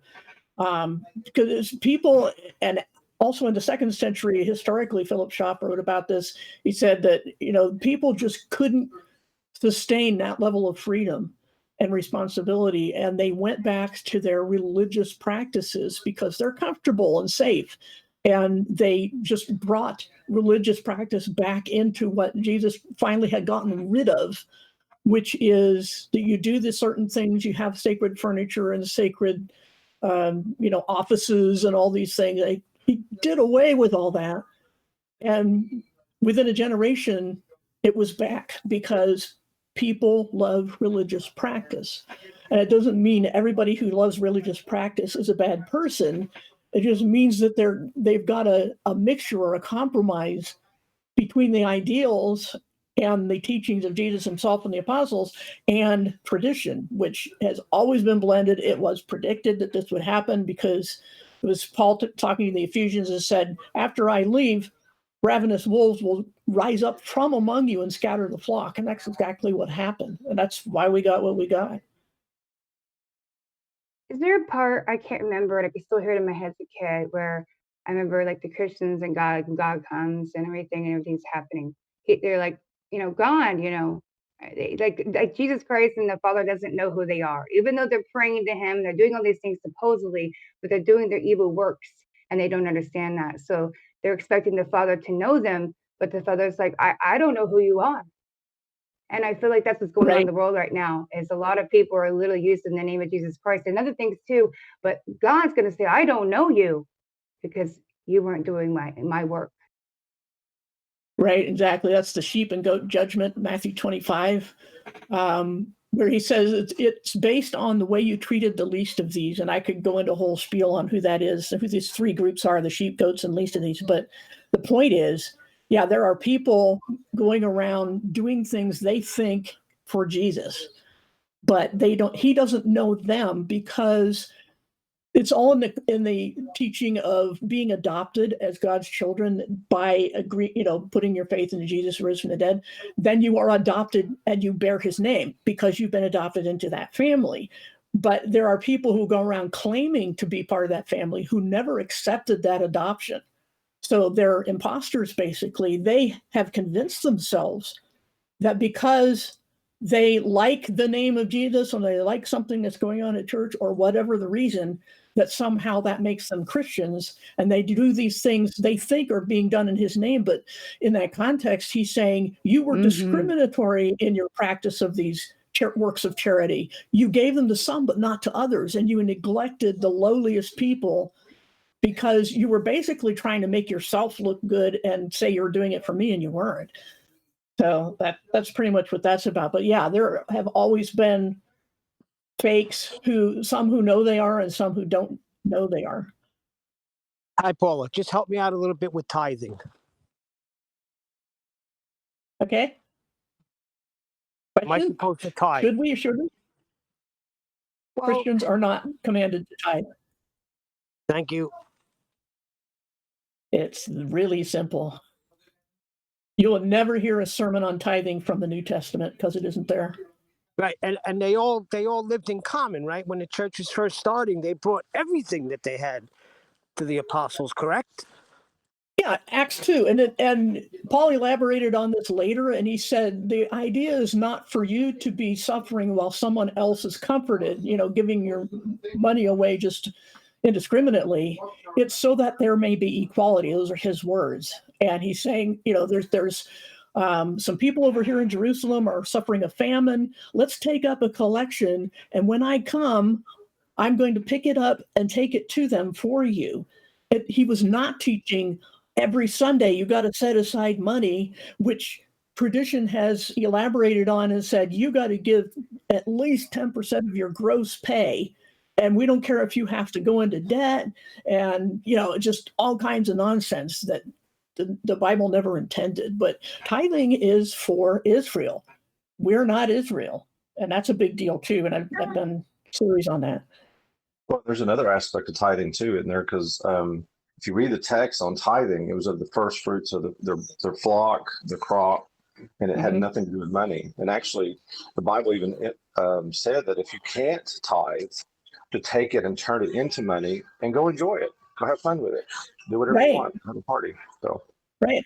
That's in Deuteronomy. One of the tithes was an annual feast where, if they were, like you were saying, if they were distant and couldn't take their animals and crops with them, they would cash them in, carry the cash, and then rebuy the stuff, including strong drink, as I like to rub in the faces of Baptists on occasion. Yeah, Ted Man's happy about that. Yeah. And they would have this party. They would consume their own tithes, but they would do it as a nation giving thanks to God. It's kind of like our Thanksgiving, where you go out and make food and invite the family and have a good time and thank God for it. That's what they were doing. And that's what and the other regular tithe, there was also a 3-year tithe and stuff like that. It was basically a community cupboard. And the priests had no land of their own, so they had to be supported. That's what it was all about. And then New Testament preachers will go, well, the church is the storehouse. We have this box here called an altar, which it's really a slap in Jesus' face to have an altar because he is the final sacrifice. And the preachers are the priests now, and so you got to tithe to us. And that is just such a major twisting and heresy that it's a shame that it's gone on for this many years. Does it not go completely against the whole everything that the basics of what Jesus was supposedly teaching? You actually have any particular place of worship? Well, yeah, it's not expressly forbidden to have a place of worship, but neither is it mandated. There is no, in the first century, there were no buildings. People met in each other's homes. Correct. Breaking together was just sharing meals. Mostly in the women's houses, right? I'm sorry? I was saying it was mostly in the women's houses, right? They met. Sometimes it was a mix. There are several women mentioned, such as Chloe in 1 Corinthians. The people from her congregation are what prompted Paul to write back 1 Corinthians. Then we have Phoebe. That was not Phoebe. Priscilla.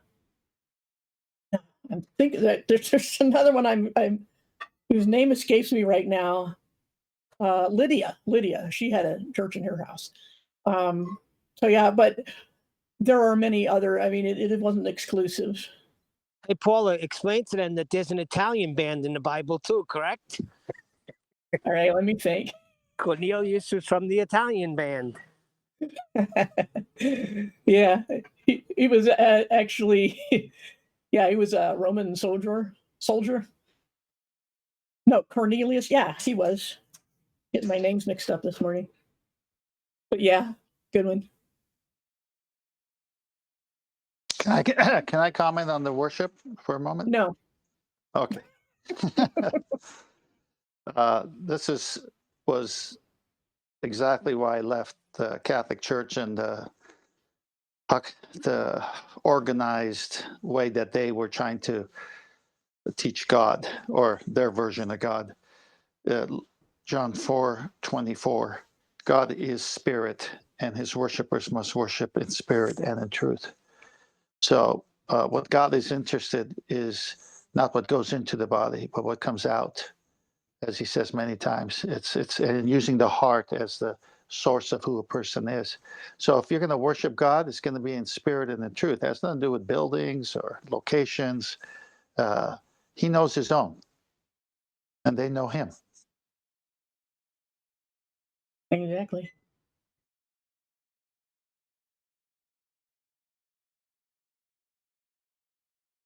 Jump in here and add something.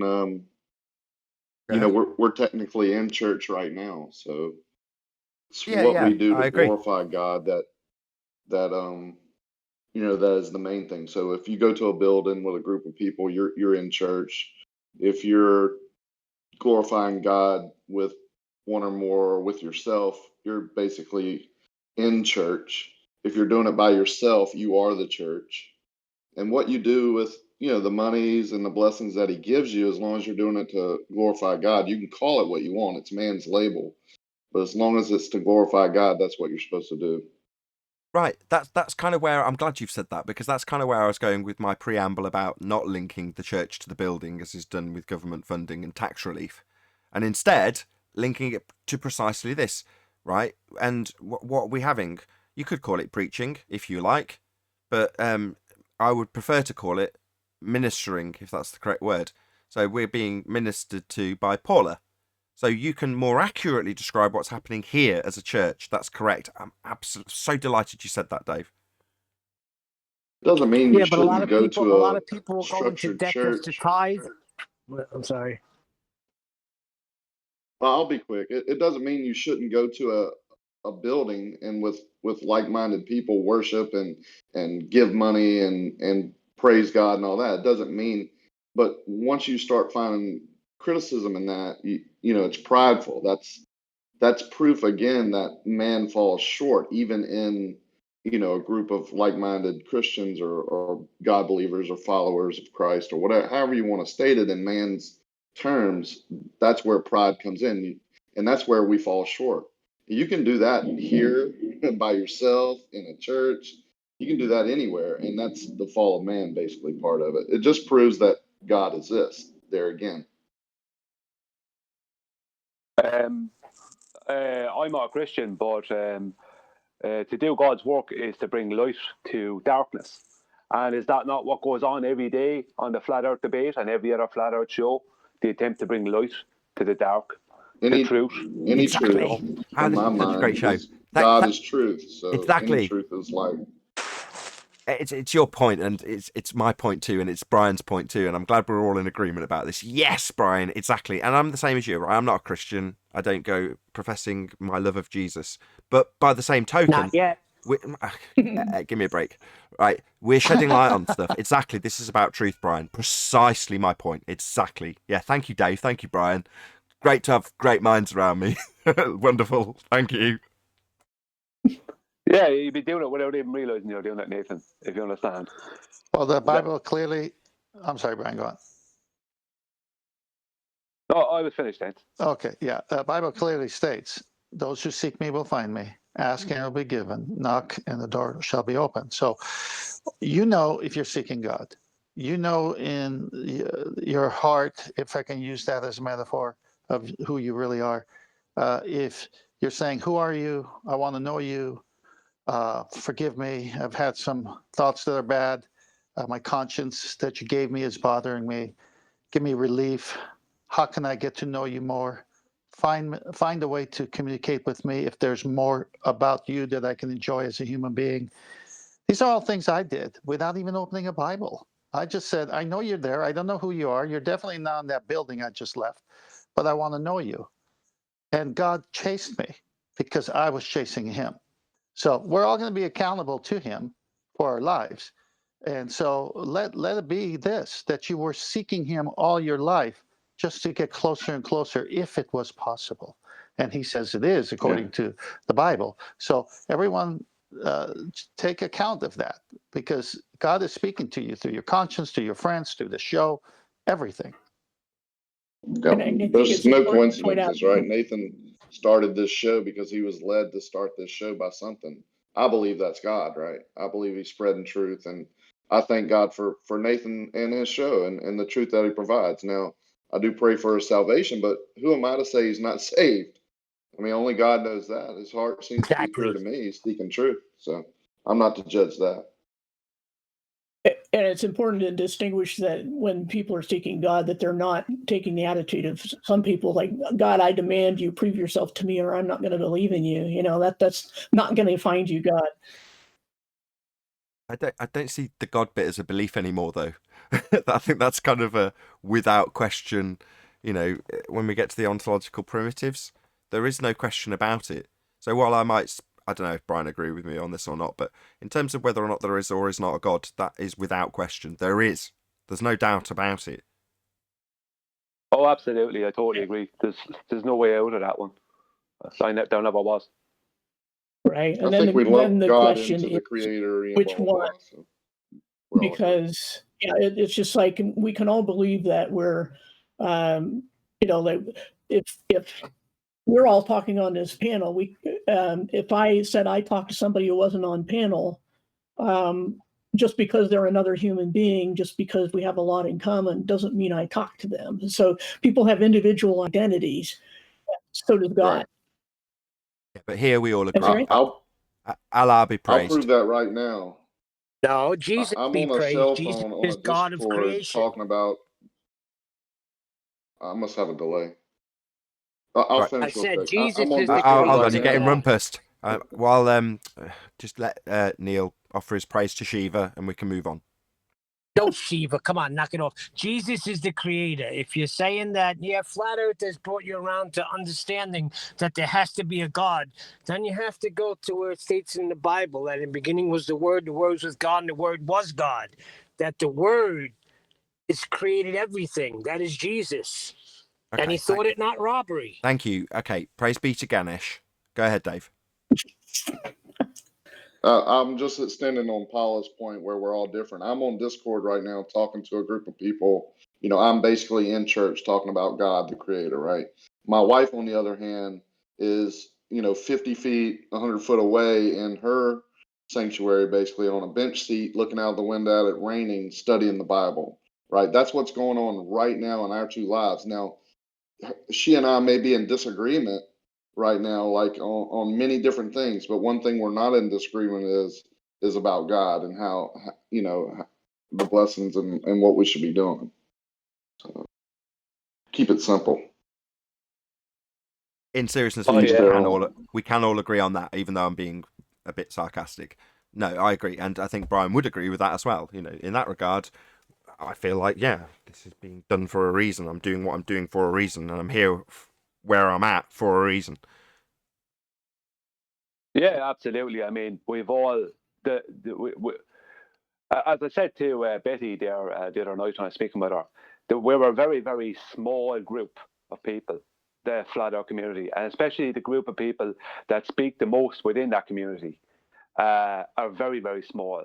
So we're kind of like a little special forces group, and we're not here by accident. We're able to ignore consensus and not be bothered by public opinion and stuff like that to get the job done. And we are actually getting the job done. So that's not an accident, Special forces. I like it, Brian. No accident. You'd be amazed how many people out in the public are silent flat earthers. And when I meet one, the first question I ask them is not how they came to flat earth or what's their proof. I ask them if they know God, because if they don't, it's the best way to say, well, how can you believe in flat earth and not believe in a creator, right? Like, it's impossible. So I can answer think that. that's what it's supposed to be. Well, I can answer that because I didn't, for a time, I didn't understand the ontological primitives, and it scared me. The idea was scary because it meant that I'd have to open the door to my closet and sort of face my own demons, and no one wants to do that, me included. Right. So I denied it. Now, while I say I denied it, when I joke about seeing a Math Powerland video, but when I saw that Math Powerland video, that was one of the things that absolutely flashed before my eyes. But then I went into instant denial about it and didn't want that to be the case. I'd gone through the Christian doorway and come out the other side, and I was like, I'd never call myself an atheist. I don't even claim to know what that means. I do, but you know what I'm getting at. But by the same token, you've realised the Earth isn't as you've been presented, and then instinctively that meant I knew deep down, buried deep thereafter, that there was a God. But I didn't want that to be the case. I just didn't want it. So I could suppress it, and I could give certain, what I now understand to be atheist justifications for that. Well, then you get to the ontological primitives and go, shit, I've got to open the door to that monstrous closet. Oh, God. That's my whole point, though. That's my whole point. I think that's the message that's being sent. I think that's the movement that's happening across the world right now. People are waking up to the flat Earth, and people are waking up that that's one of the ways they're coming to know the Creator. They can't deny it, right? You can deny it for a little while, but you know, if you keep looking into it, it's right there in your face day after day.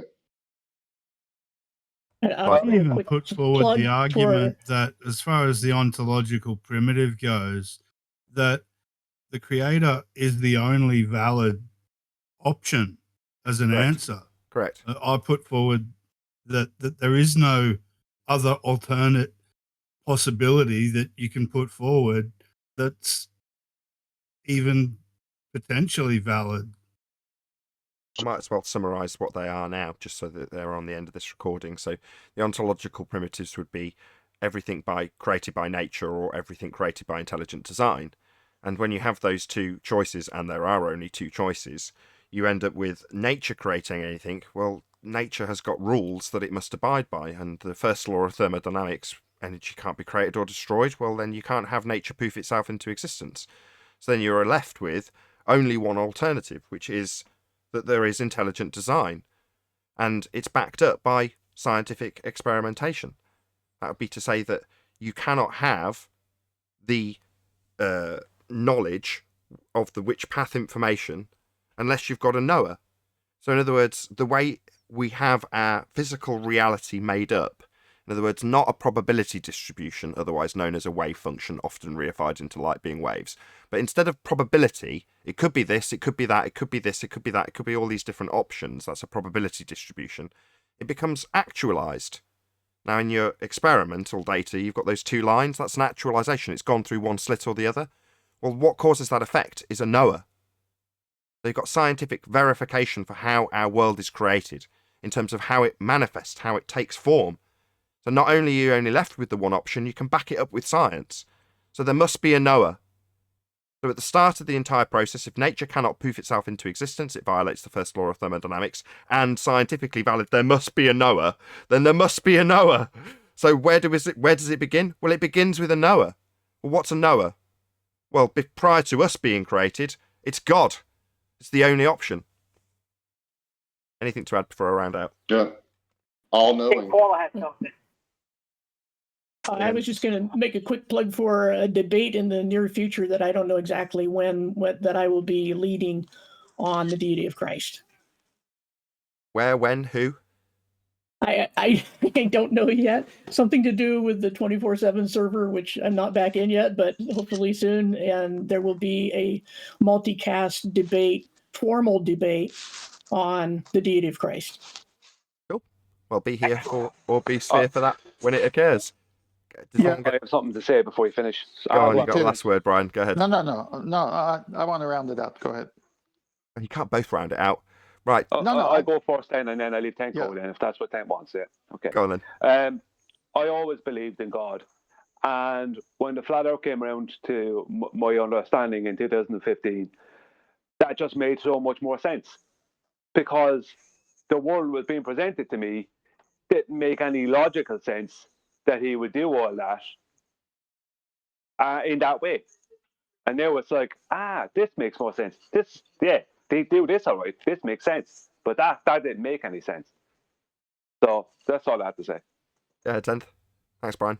Okay, I'm going to put it in Master B right now. I've got this is off of the show prior to we went on this wonderful subject of our creator. So I've got the slides there. Tell me.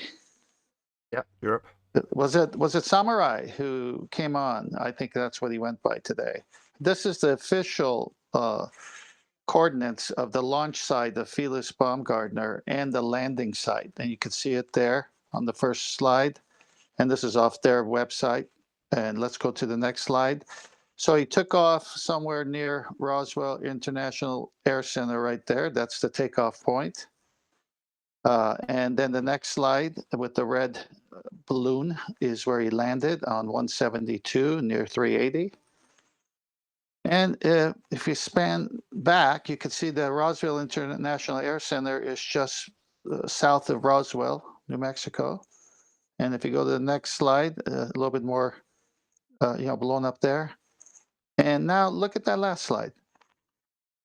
He landed east of Roswell International Airport, but the Earth is supposed to be going west to east.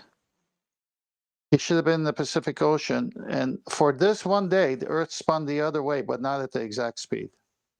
Earth doesn't turn underneath. There is no naturally observable drift, and if you ask a fundy to show it you, they'll tell you no, and say that they can present it as science when they're solving a maths problem on a theoretical sphere that they'll transpose into an effect that we don't observe. That was epic. A perfect way to end. Thank you very much indeed to both Discord and G+ panels for making today's after show possible. Of course, a massive thank you to all of you in either Nathan Oakley 1980 or Nathan Oakley premiering streams for hopefully smashing the super chat, liking, commenting, sharing, subscribing, and all that good stuff. Also below this video there is a link to get £50 for swapping your UK electricity supplier to Octopus Energy. I've been Nathan Oakley and I'll see you all in the next video.